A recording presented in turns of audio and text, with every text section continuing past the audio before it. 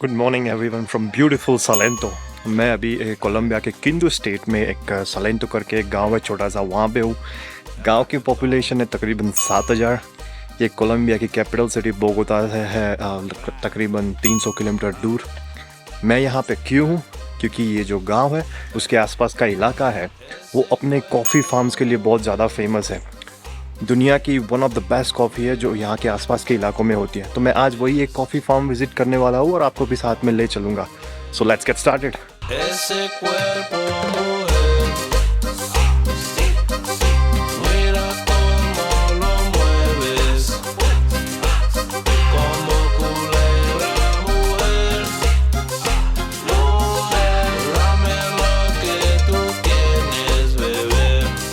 ये मेरे पीछे जो आपको ये घर दिख रहा है ये इधर का हॉस्टल है। एक्चुअली हॉस्टल नहीं बोल सकते, ये घर ही है।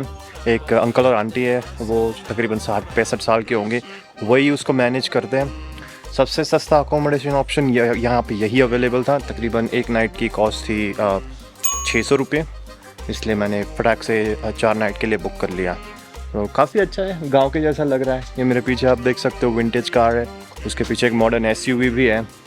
बड़ा साफ़ सुथरा है, घर के जैसा लग रहा है पूरा। जैसे गांव में हमारे कोठी होती है वैसे ही है। वैसे तो गांव के आसपास बहुत सारे कॉफ़ी फार्म है, बट जहाँ पे हम जाने वाले हैं उस कॉफ़ी फार्म का नाम है लास अकाशियास, जो कि गांव से है तकरीबन 3 किलोमीटर दूर। और यहाँ पे कोई पब्लिक ट्रांसपोर्ट तो है नहीं, सिर्फ एक ही ऑप्शन अवेलेबल है, जीप।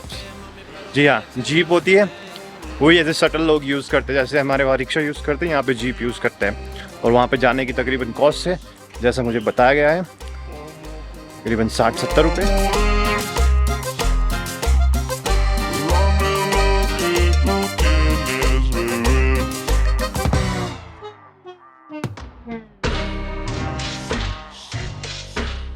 फाइनली जी कॉफ़ी फार्म पे पहुंच चुके हैं। एंट्री टिकट की कॉस्ट है इसकी 24,000 पेसोस, जो कि है तकरीबन 480 रुपये या फिर 500 रुपये। और ट्रांसपोर्टेशन कॉस्ट है आने जाने का अराउंड 7,000 पेसोस, यानी कि तकरीबन 120 रुपये।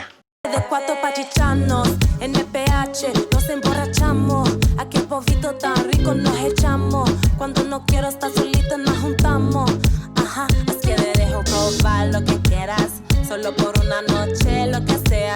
Real black baby, promise you can never play her. You already know I'm down, lo que sea, so down, lo que sea. Colombia का जो सालेंटो रीजन है उसको कॉफ़ी ट्रायंगल भी बोला जाता है। जैसे कि मैंने पहले भी वीडियो में एक्सप्लेन किया है कि ये रीजन में they produce one of the best coffees in the world. मैं भी कॉफ़ी फार्म में हूँ।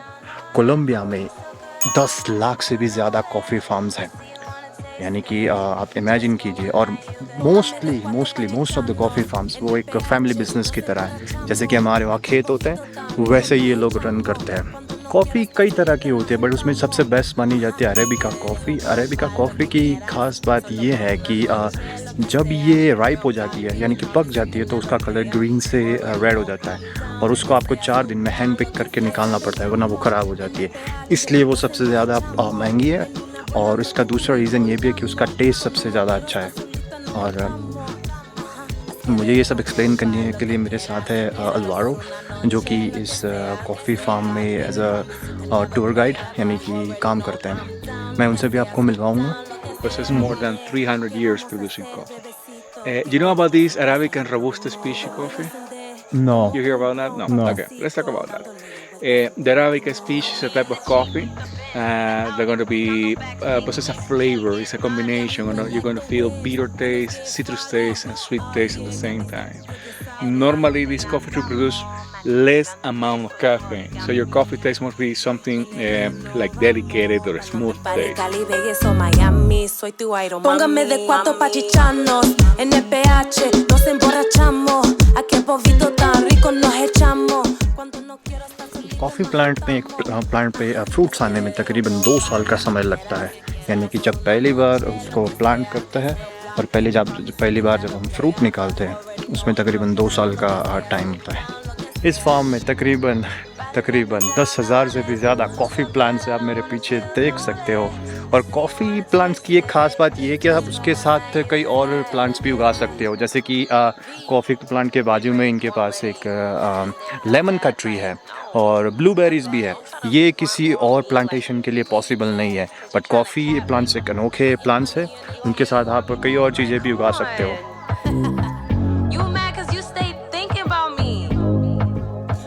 De 4 pa' chicharnos, NPH, nos emborrachamos. A qué polvito tan rico nos echamos. Cuando no quiero estar solita nos juntamos.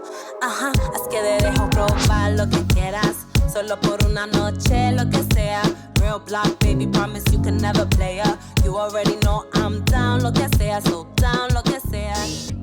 Coffee beans की जो pick करने की process है वो सिर्फ हाथ से ही हो सकती है, इसलिए ये प्रोसेस जो होती है वो एक्सट्रीमली डिफ़िकल्ट और बहुत ही चैलेंजिंग है। और इसमें काम करने वाले जो लोग हैं आपको बहुत ही केयरफुली सिलेक्ट करने पड़ते हैं। क्यों? सबसे पहली बात तो ये कि सारी की सारी जो ये प्रोसेस है कॉफ़ी बीन्स को पे अप करने की वो हैंड पिक्ड है। दूसरा, कॉफ़ी के जो प्लांट्स हैं वो पहाड़ियों पे होते हैं और उसकी हार्वेस्ट सीज़न होती है तकरीबन मॉनसून में, जब बारिश का मौसम होता है। तो आप इमेजिन कीजिए कि एक तो प्लांट्स पहाड़ियों पे है, हैंड पिक करना है और मौसम में बारिश का, इसकी वजह से पहाड़ियाँ होती है पूरी गीली, तो आप क्या गिर जाने का ख़तरा बहुत ज़्यादा रहता है। उसके ऊपर आपको एक बास्केट दी जाती है, बीन्स को पिक करके उस बास्केट में डालना होता है और तकरीबन उस बास्केट का वेट होता है 30 से 40 किलो। सो आप इमेजिन कीजिए 30 से 40 किलो कॉफ़ी बीन्स को पिकअप करना, बास्केट में डालना और ऊपर से ये सब करना पहाड़ियों पे, और वो भी बारिश के मौसम में। सो इमेजिन कीजिए ये जॉब कितनी हार्ड है।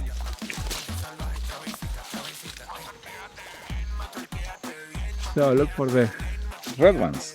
Red ones. All right, guys. So we are gonna pick the coffee beans. Remember, you always have to look the red ones because red ones are ripped and the greens are not ripped enough. So we're just gonna try to get the red one. I think we got one. Here we go. Hey, interesting.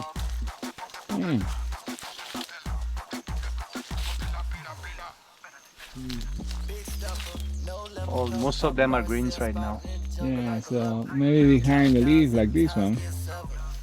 Yeah. So here, just in front of it here. Oh, here we go. We got some here. There are greens and red. We're gonna pick the red one. Here we go. Perfect. That's interesting. Thank you.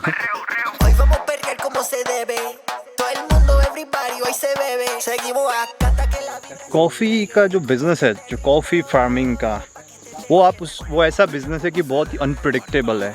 यानी कि अगर आपके farm में पूरी coffee आपने plant की है तो शायद ऐसा भी हो सकता है कि वेदर की वजह से वो प्लांट ख़राब हो जाए या फिर प्लांट में फंगस आ जाए तो पूरा प्रोडक्शन ख़राब हो जाता है।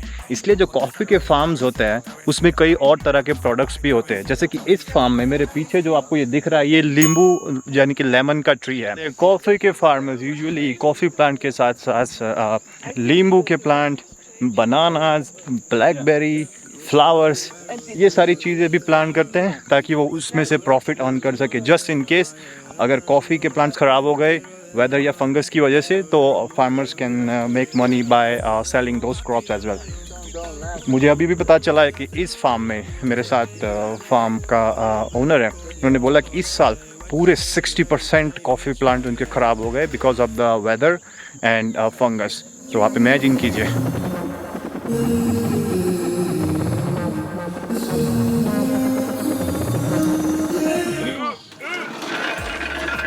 And that's it. And the skin is just right here. Yes, And you have the beans in the other bucket there. the same work machine. Now you're going to use these ones. Super. To shake. Yeah, see the 8mm and the hole here. I cannot take it because the cat is sleeping in the top. Yeah, I have a cut up there. Yeah, you do that. And you do the selection. Give it dry, both sides. In the meantime, you're extracting the water from the beans to get minimum 10%. If you don't get it, you lost the quality. Depending on this crazy weather condition, the beans can stay here 1 week or 1 month to be ready. Now, I turn it on the stove, boom, and now just spinning around, like playing bingo. Coffee roasting चल रही है यहाँ पर, इसकी जो smell है बहुत ही बढ़िया आ रही है, अनबिलीवेबल, बहुत ही फ्रेश स्मेल आ रही है क्योंकि ये अभी अभी पिक किए हुए कॉफ़ी बीन्स है और हमको उसको रोस्ट कर रहे हैं। Amazing.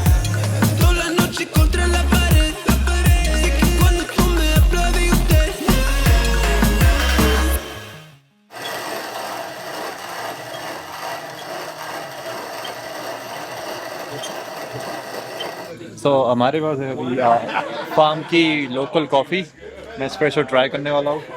So you feel the citrus taste, and then you have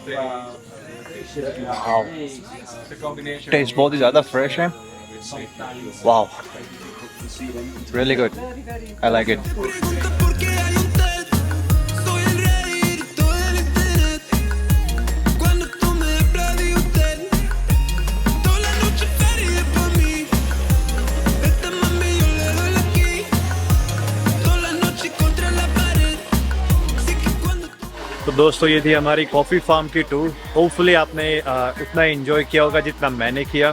तो thank you so much for watching, thank you for your time and see you in the next video.